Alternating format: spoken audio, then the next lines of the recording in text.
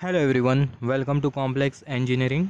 तो अभी हम लोग डिस्कस करने वाले हैं प्रॉपर्टीज़ इन लैप्लास ट्रांसफॉर्म के बारे में। तो प्रॉपर्टीज़ स्टार्ट करने से पहले हम लोग एक कॉन्सेप्ट के बारे में डिस्कस कर लेते हैं।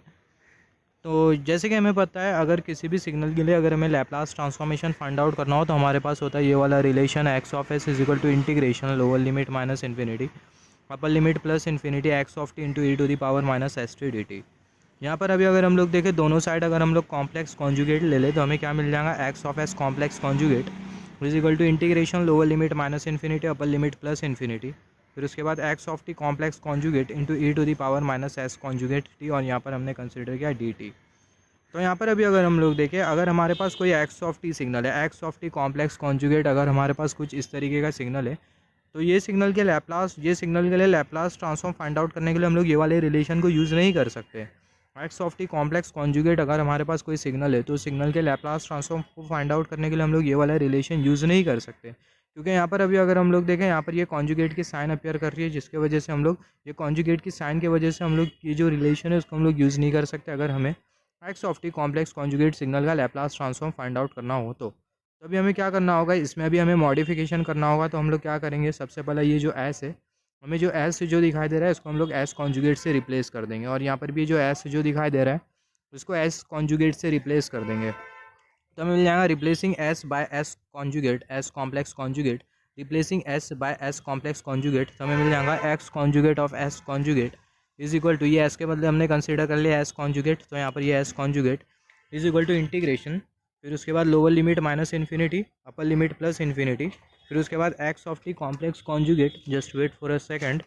तो जैसे कि हमने डिस्कस किया, x of t complex conjugate into e to the power, फिर उसके बाद माइनस साइन हमें मिल रहा है ई टू दी पावर, हमें यहाँ पर ये मिला माइनस साइन एस कॉन्जुगेट, और यहाँ पर ये कॉन्जुगेट की साइन हमने कंसिडर किया।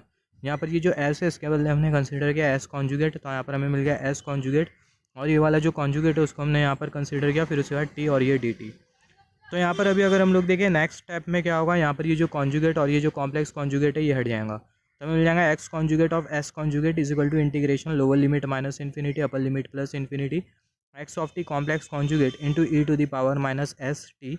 ये दोनों जो कॉन्जुगेट की साइन है वो हट जाएंगी, हमें मिल जाएगा e to the power minus s t d t. तो अगर हमारे पास x of t complex conjugate अगर हमारे पास सिग्नल है, x of t complex conjugate अगर हमारे पास सिग्नल है, तो इसका लैप्लास ट्रांसफॉर्म फाइंड आउट करने के लिए हम लोग यूज़ करेंगे ये वाला relation x conjugate of s conjugate. तो x of d complex conjugate अगर हमारे पास कोई सिग्नल है उसका लैप्लास ट्रांसफॉर्म फाइंड आउट करने के लिए हम लोग यूज़ करेंगे ये वाला एक्सप्रेशन। हम लोग यहाँ से ऐसा भी बोल सकते हैं, एक्स ऑफ टी सिग्नल का लैप्लास ट्रांसफॉर्म अगर एक्स ऑफ एस होता है तो एक्स कॉन्जुगेट ऑफ टी, ये जो सिग्नल है इसका जो लैप्लास ट्रांसफॉर्म होगा वो होगा x conjugate of s conjugate. तो अभी हम लोग सबसे पहली वाली प्रॉपर्टी के बारे में बात कर लेते हैं, जिसको हम लोग बोलते हैं लीनियरिटी प्रॉपर्टी। तो लीनियरिटी प्रॉपर्टी हमें क्या बोलती है, x one of t signal इसका लैप्लास ट्रांसफॉर्म अगर एक्स वन ऑफ एस होता है और आर ओ सी अगर आर वन होती है, x two of t signal इसका लैप्लास ट्रांसफॉर्म अगर एक्स टू ऑफ एस होता है और आर ओ सी क्या होती है, आर ओ सी अगर आर टू होती है, तो ये x one of t signal और ये x two of t signal दोनों को अगर हम लोग ऐड कर दे तो हमें मिल जाएगा alpha x one of T beta x two of t. तो यहाँ पर ये सिग्नल का जो लैप्लास ट्रांसफॉर्म होगा वो क्या होगा, alpha times x one of S plus beta times x two of s.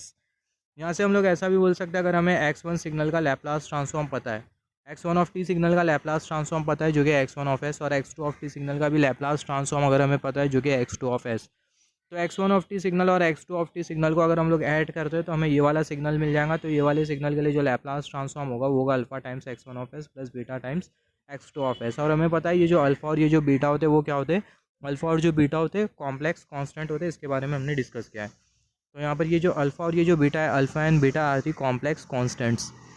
तो यहाँ पर अभी अगर हम लोग देखें, हमें जो आर ओ सी जो मिलेंगे ट्रांसफॉर्म के लिए, हमें जो आर ओ सी जो मिलेंगी वो मिलेंगी R one intersection R two. यहाँ पर ये जो इंटरसेक्शन होता है वो हमें क्या इंडिकेट करता है, ये जो इंटरसेक्शन होता है वो हमें इंडिकेट करता है कॉमन एरिया। तो इंटरसेक्शन हमें क्या इंडिकेट करता है, कॉमन एरिया इंडिकेट करता है, common area in between R O C R one and R two. Intersection क्या इंडिकेट करता है, कॉमन एरिया इंडिकेट करता है, किसके बीच में कॉमन एरिया इंडिकेट करता है, आर वन आर ओ सी और आर सी दोनों के बीच में जो कॉमन एरिया होता है वो हमें इंडिकेट करती है ये इंटरसेक्शन की sign, common area between R O C R one and R two. तो यहाँ पर हम लोग एग्जाम्पल कंसिडर कर लेते हैं जिसके हेल्प से जो कॉन्सेप्ट होगा वो हमें समझ में आ जाएगा। हमने कंसिडर किया सिग्नल एक्स ऑफ टी जो कि e to the power minus four t u t plus e to the power minus five t u t. इसका अगर हम लोग लैप्लास ट्रांसफॉर्मेशन ले ले तो हमें क्या मिल जाएगा, हमें मिल जाएगा one upon S plus four. इसका अगर हम लोग लैप्लास ट्रांसफॉर्म ले ले तो हमें क्या मिल जाएगा, one upon S plus five. तो यहाँ पर अभी अगर हम लोग देखें, यहाँ से अगर हम लोग ROC डिफाइन करें, S+4 को 0 के साथ इक्वेट करते हैं, हमें मिल जाएगा S=-4। यहाँ से अगर हम लोग ROC डिफाइन करें तो जो सिग्मा होगा वो ग्रेटर होगा -4 के कंपैरिजन में, और यहाँ से अगर हम लोग ROC डिफाइन करें तो सिग्मा ग्रेटर होगा -5 के कंपैरिजन में। तो हम लोग ये जो ROC है इसको हम लोग कंसिडर कर लेते हैं एस प्लेन पर। तो यहाँ पर हमने कंसिडर किया ये है कॉम्प्लेक्स फ्रीक्वेंसी प्लेन, ये y axis imaginary axis, x axis real axis. तो एक जो पोल है वो हमें -4 पर मिलेगा, और एक जो पोल है वो हमें कहाँ पर मिलेगा, -5 पर मिलेगा, जैसे कि हमने डिस्कस किया। एक जो पोल है वो हमें -5 पर मिलेगा, एक जो पोल है वो हमें -4 पर मिलेगा। तो एक पोल हमें -4 पर मिलेगा, एक जो पोल है वो हमें -5 पर मिलेगा। तो यहाँ पर अभी अगर हम लोग देखें, यहाँ पर हमने कंसिडर किया एक लाइन, यहाँ पर हमने एक लाइन कंसिडर किया वर्टिकल, और सिमिलरली यहाँ पर हमने दूसरी वर्टिकल लाइन कंसिडर करी है। तो यहाँ पर अभी अगर हम लोग देखें, यहाँ पर हमने कंसिडर किया R/ROC। यहाँ पर अभी अगर हम लोग देखें दोनों केसेस में सिग्मा ग्रेटर है, सिग्मा जो है वो है ग्रेटर, उसका मतलब जो सिग्नल होगा वो राइट साइडेड सिग्नल होगा, और जो ROC होगी वो हमें एक पर्टिकुलर लाइन के राइट हैंड साइड में मिलेगी। तो यहाँ पर हमने कंसिडर किया है पर्टिकुलर लाइन, और यहाँ पर एक पर्टिकुलर लाइन हमने कंसिडर किया है। तो हमें जो ROC जो मिलेगी वो हमें कुछ इस तरीके से मिलेगी। यहाँ पर हमने कुछ इस तरीके से ROC कंसिडर किया, और यहाँ पर हमने कंसिडर किया यह है R1/ROC। ये हमने R2/ROC कंसिडर किया, R2/ROC। इसके लिए हमें जो ROC जो मिलेगी उसको हमने कंसिडर किया R2, इसके लिए हमें जो ROC जो मिलेगी उसको हमने कंसिडर किया R1। तो जो R2 जो ROC उसको हमने यहाँ पर कुछ इस तरीके से कंसिडर किया, और जो R1 जो ROC उसको हमने यहाँ पर कुछ इस तरीके से कंसिडर किया।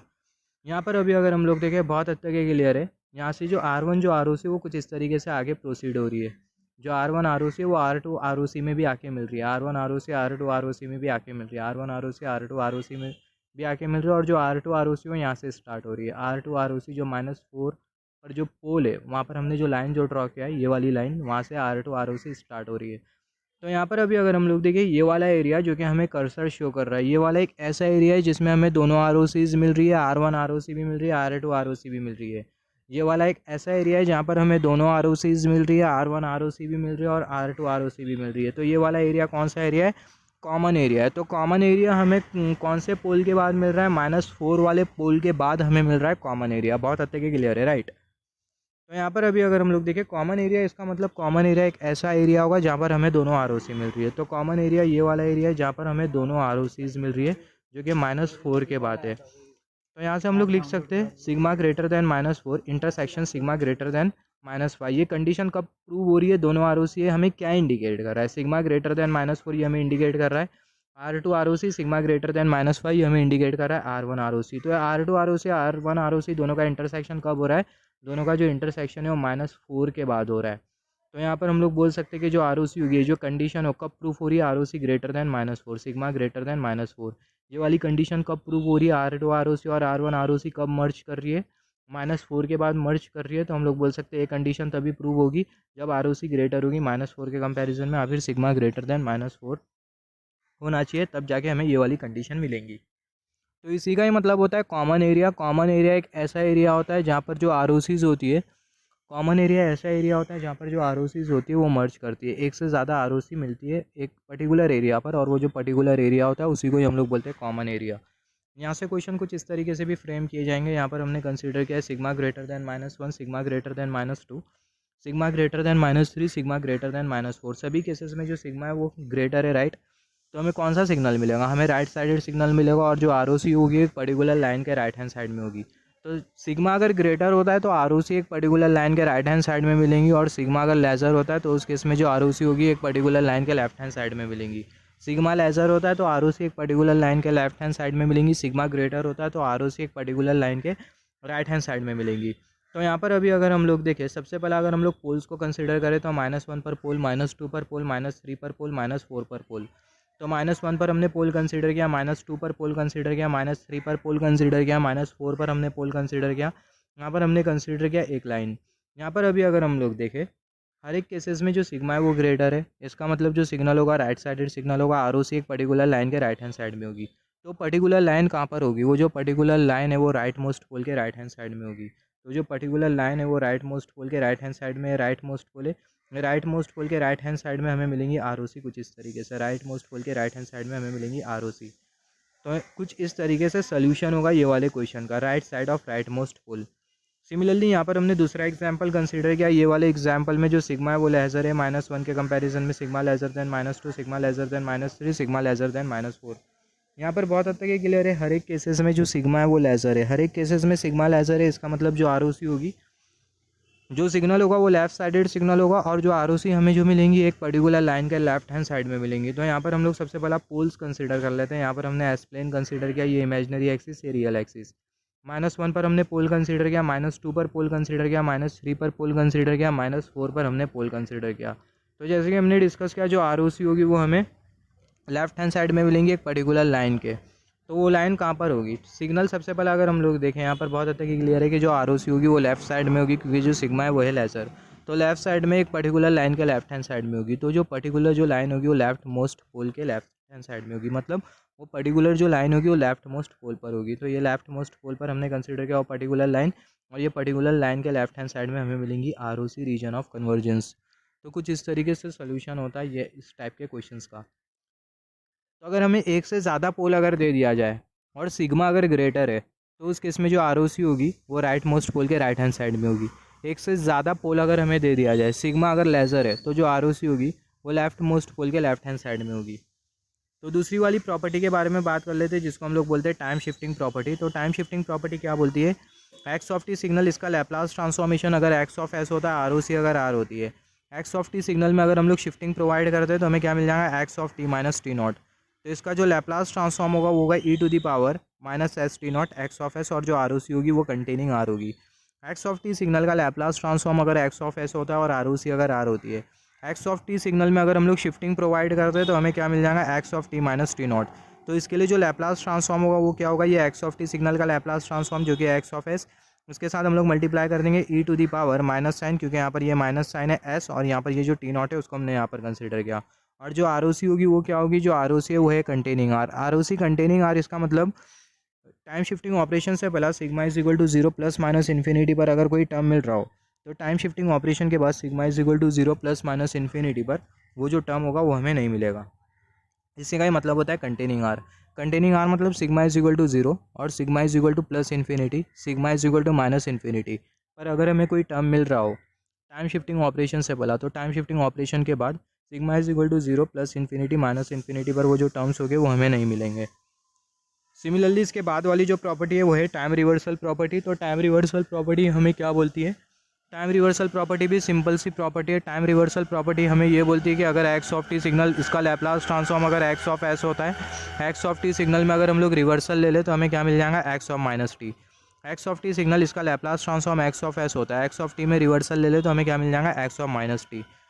एक्स ऑफ टी सिग्नल का Laplace transform x of s है, आर ओ सी अगर आर है, एक्स ऑफ टी में रिवर्सल ले ले तो हमें मिल जाएगा एक्स ऑफ माइनस टी। तो इसका जो लैप्लास ट्रांसफॉर्म होगा वो क्या होगा? एक्स ऑफ माइनस एस, और जो आर ओ सी होगी वो होगी 1/r। Are O C 1/r होगी। इसका मतलब क्या? बहुत इंपॉर्टेंट, आप इसको इतनी अच्छी तरीके से समझना कि जब हम लोग एग्जाम्पल्स कंसिडर करेंगे लैप्लास ट्रांसफॉर्म के, तो ये 1/r का कॉन्सेप्ट आपको बहुत बार परेशान करने वाला है। तो बिफोर 1/r का कॉन्सेप्ट एकदम सिंपल सा, एक जूनियर का बच्चा भी कर लेगा। रिवर्सल से पहला मान लेते जो आर ओ सी वो हमें मिली सिग्मा ग्रेटर देन -2। तो रिवर्सल के बाद जो सिग्मा होगा वो एज इट इज़ होगा। ये जो ग्रेटर देन की साइन होगी वो लेज़र में कन्वर्ट हो जाएंगी, -2 कन्वर्ट हो जाएगा +2 में। इसी को ही हम लोग बोलते हैं 1/r। सिमिलरली रिवर्सल से पहला, टाइम रिवर्सल ऑपरेशन से पहला सिग्मा अगर ग्रेटर होता है -5 के कंपैरिजन में, तो टाइम रिवर्सल ऑपरेशन के बाद क्या होगा? जो सिग्मा होगा वो एज इट इज़ होगा, ग्रेटर देन की साइन लेज़र में कन्वर्ट हो जाएंगी, -5 +5 में कन्वर्ट हो जाएगा। इसी को ही हम लोग बोलते हैं 1/r। रिवर्सल ऑपरेशन से पहला सिग्मा अगर लेज़र होता है +5 के कंपैरिजन में, तो रिवर्सल ऑपरेशन के बाद जो सिग्मा होगा वो एज इट इज़ होगा, लेज़र देन की साइन ग्रेटर देन में कन्वर्ट हो जाएंगी, ये जो +5 और -5 में कन्वर्ट हो जाएगा। इसी को ही हम लोग बोलते हैं 1/r। तो नेक्स्ट प्रॉपर्टी के बारे में बात कर लेते हैं। नेक्स्ट वाली जो प्रॉपर्टी है उसको हम लोग बोलते हैं time scaling property. Time scaling property हमें क्या बोलती है? टाइम स्केलिंग प्रॉपर्टी ये बोलती है एक्स ऑफ टी सिग्नल, इसका लैप्लास ट्रांसफॉर्मेशन अगर एक्स ऑफ एस है और आर ओ सी अगर आर है, एक्स ऑफ टी सिग्नल में अगर हम लोग स्केलिंग ऑपरेशन परफॉर्म करते हैं तो हमें क्या मिल जाएगा? X of alpha T. तो इसका जो लैप्लास ट्रांसफॉर्म होगा वो क्या होगा? वो होगा 1/mod alpha x of s, और डिनोमिनेटर में अल्फा, और जो आर ओ सी होगी वो क्या होगी? वो होगी अल्फा टाइम्स आर। तो हम लोग एग्जाम्पल कंसिडर कर लेंगे जिसके हेल्प से जो टाइम स्केलिंग प्रॉपर्टी होगी वो हमारी क्लियर हो जाएंगी। तो एग्जाम्पल हमने कंसिडर किया एक्स ऑफ टी सिग्नल है जो कि e to the power -2t ut। तो जो सिग्नल है वो e to the power -2t ut। तो इसका जो लैप्लास ट्रांसफॉर्म होगा एक्स ऑफ एस वो क्या होगा? वो होगा 1/s+2। यहाँ से अगर हम लोग आर ओ सी को डिफाइन करें s+2 को 0 के साथ इक्वेट कर देंगे तो हमें मिल जाएगा s इज इक्वल टू -2। तो जो आर होगी बहुत हद तक ये क्लियर है कि जो सिग्नल है वो राइट साइडेड सिग्नल है, तो जो आर होगी वो ग्रेटर होगी। तो जो रियल ऑफ एस होगा वो ग्रेटर होगा -2 के कंपैरिजन में। s+2 को 0 के साथ इक्वेट करते हैं, हमें मिल जाएगा s = -2। तो जो रियल ऑफ एस होगा वो ग्रेटर होगा -2 के कंपैरिजन में। यहाँ से हम लोग ऐसा भी बोल सकते हैं कि जो सिग्मा होगा वो ग्रेटर होगा -2 के कंपैरिजन में। तो यहाँ पर ये जो x जो सिग्नल है उसके लिए हमने ट्रांसफॉर्म फाइंड आउट किया और उसके लिए हमने आर को डिफाइन कर ली। सिमिलरली मान लेते हैं हमारे पास एक सिग्नल है जो कि x3t। तो यहाँ पर हमारे पास एक सिग्नल है। अभी हम लोग क्या करेंगे, जैसे कि हमने डिस्कस किया ये जो सिग्नल है इसका हमने ट्रांसफॉर्म कंसीडर किया और उसके लिए हमने आर डिफाइन करी। अभी हम लोग क्या करेंगे, यहाँ पर ये जो सिग्नल जो दिखाई दे रहा है e⁻⁻2t ut, इस पर हम लोग स्केलिंग ऑपरेशन परफॉर्म कर लेंगे। और जो स्केलिंग ऑपरेशन है हमें मैथमेटिकली दिया हुआ है x3t, और यहाँ पर ये जो 3 है क्या, 3 जो है वो है स्केलिंग फैक्टर। सिंपली हमें क्या करना है, यहाँ पर ये जो 2 हमें जो दिखाई दे रहा है इसके साथ हम लोग 3 को मल्टीप्लाई कर देंगे तो हमें मिल जाएगा -6। तो हमें मिल जाएगा e⁻⁻6 ut। तो इसके लिए जो लैप्लास ट्रांसफॉर्म होगा वो क्या होगा, 1/s+6। और जो आर होगी वो क्या होगी, real of s greater than -6, या फिर बोल सकते हैं sigma greater than -6। R greater की होगी -6 के कंपैरिजन में, क्योंकि जो सिग्नल है वो राइट साइडेड सिग्नल है ut, और राइट साइडेड सिग्नल के लिए जो आर होती है वो क्या होती है, वो होती है ग्रेटर। s+6 को 0 के साथ इक्वेट कर देंगे, हमें मिल जाएगा s = -6। Just wait for a second. तो जो आर होगी वो हमें कैसे मिलेगी, जो आर होगी वो होगी real of s greater than -6, sigma greater than -6।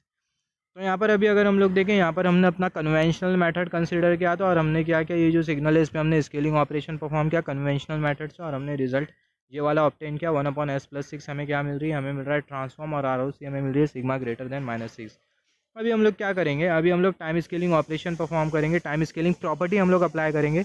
यहाँ पर हमने normal time scaling operation perform किया था, हमने यहाँ पर टाइम स्केलिंग प्रॉपर्टी अप्लाई नहीं करी थी। तो यहाँ पर हमने normal time scaling operation perform किया था और हमने रिजल्ट ऑब्टेन किया। अभी हम लोग क्या करेंगे, अभी हम लोग टाइम स्केलिंग प्रॉपर्टी हम लोग यहाँ पर अप्लाई करेंगे। तो यहाँ पर अभी अगर हम लोग देखें, सबसे पहला जो स्केलिंग ऑपरेशन है वो मैथमेटिकली दिया हुआ है x3t। तो जो x3t है उसको हमने यहाँ पर कंसीडर किया। तो जो 3 है वो है क्या, 3 स्केलिंग फैक्टर है। तो यहाँ पर ये जो अल्फ़ा जो दिखाई दे रहा है इसके जगह क्या आ जाएगा, 3 आ जाएगा। तो यहाँ पर हमने कंसीडर कर लिया 1/3 इंटू एक्स ऑफ एस आपको क्या दिया हुआ है, यहाँ पर एक्स ऑफ एस आपको दिया हुआ है 1/s+2। तो यहाँ पर हमने कंसीडर कर लिया 1/s+2। मगर यहाँ पर अगर हम लोग देखें s/अल्फ़ा दिया हुआ है, तो अल्फ़ा कितना है, 3। तो हमें क्या मिल जाएगा, s/3। तो s जो दिखाई दे रहा है इसके जगह क्या पुट कर देंगे, s/3। तो हमें मिल जाएगा 1/3 इंटू 1/, डिनोमिनेटर में s/3 + 2, 3 2 के साथ मल्टीप्लाई हो जाएगा तो हमें मिल जाएगा 1/s+6। तो यहाँ से अगर हम लोग देखें, यहाँ से अगर हम लोग आर डिफाइन करें तो जो सिग्मा होगा वो ग्रेटर होगा -6 के कंपैरिजन में, real of S will be greater than -6। तो जो सेम जो रिजल्ट हमने यहाँ पर जो ऑब्टेन किया है, सेम हमने यहाँ पर ऑब्टेन किया with the help of time scaling property. और हमें जो ट्रांसफॉर्म भी जो मिला, जो आर भी हमें जो मिली वो सेम मिली। जो हमने यहाँ पर ट्रांसफॉर्म ऑब्टेन किया था Laplace transform time scaling operation के बाद, सेम हमने यहाँ पर लैप्लास ट्रांसफॉर्म ऑब्टेन किया। यहाँ पर हमने अप्लाई किया scaling property, time scaling property, और यहाँ पर हमें सेम, यहाँ पर हमें जो आर मिली सेम आर हमें यहाँ पर भी मिली। तो ये जो प्रॉपर्टी होती है इसको हम लोग बोलते हैं टाइम स्केलिंग प्रॉपर्टी। सिमिलरली इसके बाद वाली जो प्रॉपर्टी है उसको हम लोग बोलते हैं फ्रीक्वेंसी शिफ्टिंग प्रॉपर्टी। तो फ्रीक्वेंसी शिफ्टिंग प्रॉपर्टी क्या बोलती है, फ्रीक्वेंसी शिफ्टिंग प्रॉपर्टी ये बोलती है एक्स ऑफ टी सिग्नल, इसका लैप्लास ट्रांसफॉर्मेशन अगर एक्स ऑफ एस होता है और आर अगर आर होती है, ये एक्स ऑफ टी सिग्नल के साथ अगर हम लोग मल्टीप्लाई कर दे e⁻s0t। यहाँ पर ये जो s0 हमें जो दिखाई दे रहा है, ये जो s0 है वो है complex value. s0 complex value है जिसका हमें रियल टर्म भी मिलेगा और कौन सा टर्म मिलेगा, इमेजिनरी टर्म भी मिलेगा। तो जैसे कि हमने डिस्कस किया, जो s0 है वो कॉम्प्लेक्स वैल्यू है जिसका हमें रियल टर्म भी मिलेगा और इमेजिनरी टर्म भी मिलेगा। तो s0 का जो रियल टर्म होगा वो होगा रियल ऑफ s0, और जो s0 का जो इमेजिनरी टर्म होगा वो होगा इमेजिनरी ऑफ s0। तो यहाँ पर ये एक्स ऑफ टी सिग्नल, इसका Laplace transform x of S R अगर आर होती है, एक्स ऑफ टी सिग्नल के साथ अगर हम लोग e⁻s0t को मल्टीप्लाई कर दे तो लैप्लास ट्रांसफॉर्म क्या होगा, लैप्लास ट्रांसफॉर्म जो होगा, यहाँ पर ये जो s हमें जो दिखाई दे रहा है इसमें हमें शिफ्टिंग प्रोवाइड करना है -s0 से। -s0 से क्यों, क्योंकि यहाँ पर ये s0 और e का जो पावर है वो क्या है, वो है पॉजिटिव। तो हमें क्या कंसिडर करना है, नेगेटिव हमें कंसिडर करना है। तो मिल जाएगा -s0। तो यहाँ पर ये जो s हमें जो दिखाई दे रहा है इसमें हम लोग शिफ्टिंग प्रोवाइड कर देंगे कितने से, -s0 से। तो मिल जाएगा एक्स ऑफ एस -s0। और जो आर होगी वो क्या होगी, ये वाले ट्रांसफॉर्म की आर जिसको हमने यहाँ पर कंसिडर किया, प्लस ये real term of s0, real term of s0। तो इसी को ही हम लोग बोलते हैं फ्रीक्वेंसी शिफ्टिंग प्रॉपर्टी।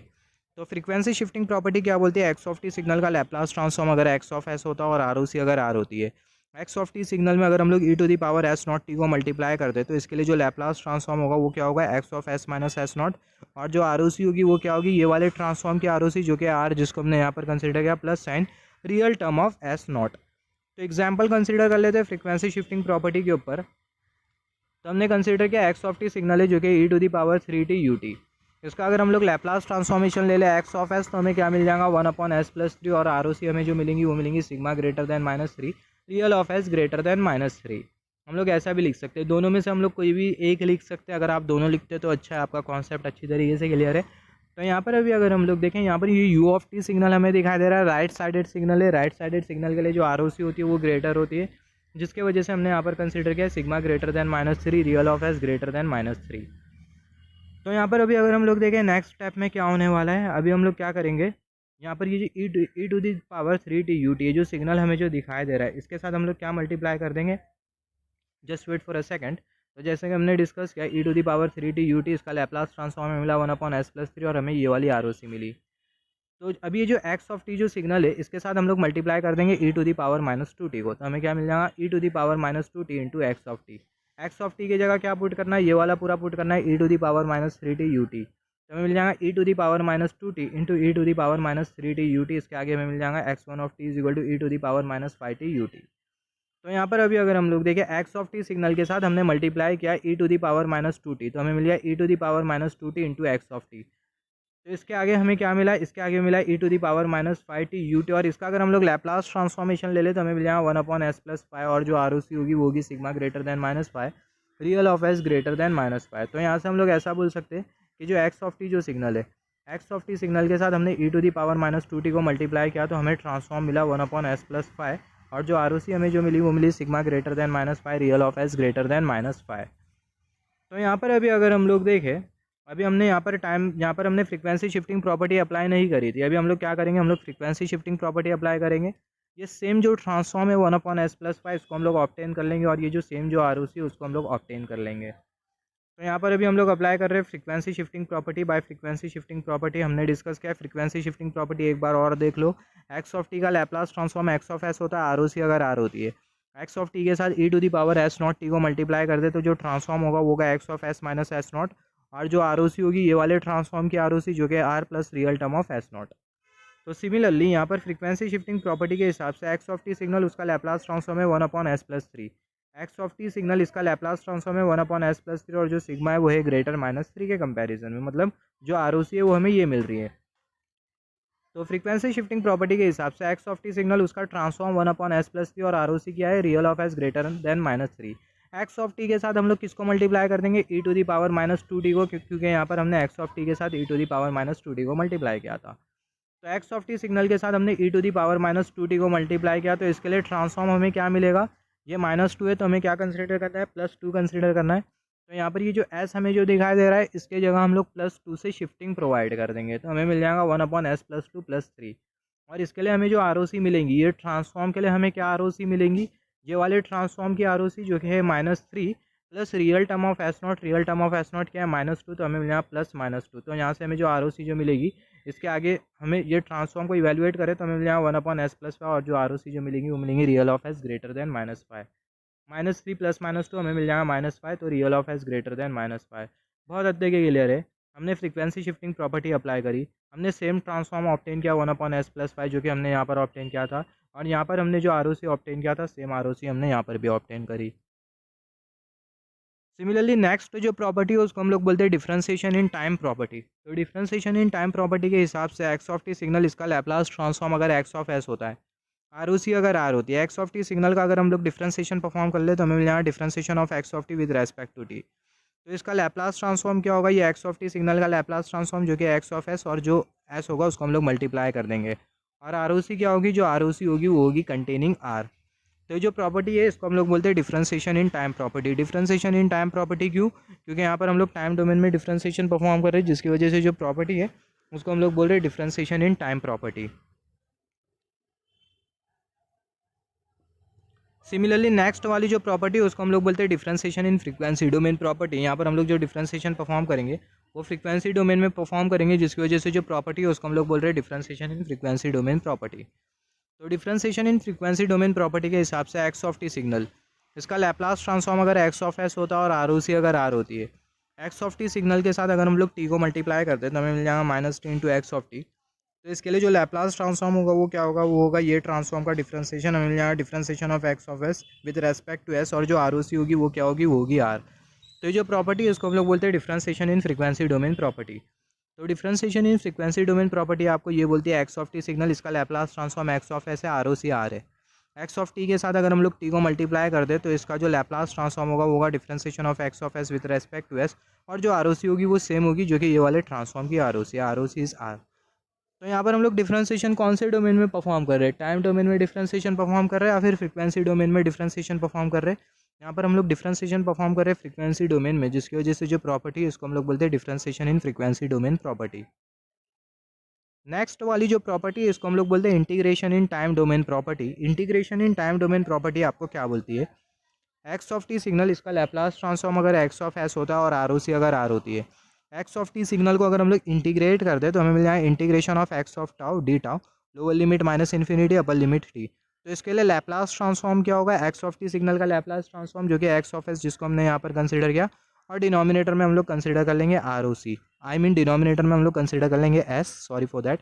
और जो आर ओ सी होगी वो क्या होगी, ये वाले ट्रांसफॉर्म की आर ओ सी जो कि आर इंटरसेक्शन मतलब common area real of s greater than zero. अभी इसका मतलब क्या, एक एग्जांपल के हेल्प से समझेंगे तो कॉन्सेप्ट आपका क्लियर हो जाएगा। तो यहाँ पर integration in time domain property आपको क्या बोल रही है, एक्स ऑफ टी का ट्रांसफॉर्म एक्स ऑफ एस है, एक्स ऑफ टी को आप इंटीग्रेट कर दो तो जो ट्रांसफॉर्म जो मिलेगा वो मिलेगा x of S upon S, और जो आर ओ सी होगी वो ये वाले ट्रांसफॉर्म की आर ओ सी जो कि R intersection real of s greater than zero. तो यहाँ पर हम लोग एग्जांपल कंसीडर कर लेते हैं, कॉन्सेप्ट समझ में आएगा। मान लेते हैं एक्स ऑफ टी जो सिग्नल है वो है डेल टी जो कि इम्पल्स सिग्नल। तो इम्पल्स सिग्नल का लैप्लास ट्रांसफॉर्म अगर हम लोग ले लें तो हमें क्या मिल जाएगा, हमें मिल जाएगा वन, और जो आर ओ सी होगी वो होगी एंटायर एस प्लेन, हमने डिस्कस किया है एंटायर एस प्लेन, इसका मतलब सिग्मा की हर एक वैल्यू के लिए जो ट्रांसफॉर्म है आप उसको इवेल्युएट कर सकते हो। तो यहाँ पर हमने एस प्लेन कंसीडर किया, ये इमेजनरी एक्सिस ये रियल एक्सिस, और यहाँ पर हमें एंटायर एस प्लेन में हमें क्या मिलेंगी, आर ओ सी मिलेगी, ये पूरे एस प्लेन में हमें क्या मिलेंगी, आर ओ सी मिलेगी, एंटायर एस प्लेन। अभी हम लोग क्या करेंगे, ये जो एक्स ऑफ टी जो सिग्नल है उसको हम लोग इंटीग्रेट कर देंगे, तो हमें मिल जाएगा integration of x of t के बदले हमने टाउ कंसीडर किया, डमी वेरिएबल है, इफेक्ट नहीं पड़ता इंटीग्रेशन पे, x of tau d tau integral lower limit minus infinity upper limit t. तो यहाँ पर अभी अगर हम लोग देखें is equal to integration lower limit minus infinity upper limit t, x of tau किसके बराबर में, डेल टी के बराबर में। तो यहाँ पर हमने कंसीडर किया डेल टी और यहाँ पर ये डेल टाउ। यहाँ पर ये इम्पल्स का इंटीग्रेशन परफॉर्म करेंगे तो आपको क्या मिलेगा, आपको स्टेप सिग्नल मिलेगा यू टी। तो ये यू टी के लिए लैप्लास ट्रांसफॉर्म क्या होगा, ये एक्स ऑफ टी का लैप्लास ट्रांसफॉर्म जो कि है वन, यहाँ पर हमने कंसीडर किया और हम लोग डिनोमिनेटर में कंसीडर कर लेंगे एस, और जो आर ओ सी होगी वो क्या होगी, real of s greater than zero, जैसे कि हमने डिस्कस किया था। एक्स ऑफ टी का ट्रांसफॉर्म एक्स ऑफ एस होता है, एक्स ऑफ टी को इंटीग्रेट कर दे तो इसके लिए ट्रांसफॉर्म क्या होगा, एक्स ऑफ टी का ट्रांसफॉर्म एक्स ऑफ एस, और डिनोमिनेटर में कंसीडर कर लेंगे S. Similarly x of t का ट्रांसफॉर्म अगर वन होता है और ये एक्स ऑफ टी को इंटीग्रेट कर ले तो हमें क्या मिल जाएगा, यू टी मिल जाएगा, और इसके लिए हमें जो ट्रांसफॉर्म जो मिलेगा वो ये एक्स ऑफ टी का ट्रांसफॉर्म जो कि है वन, और डिनोमिनेटर में हम लोग क्या कंसीडर कर लेंगे, एस कंसीडर कर लेंगे।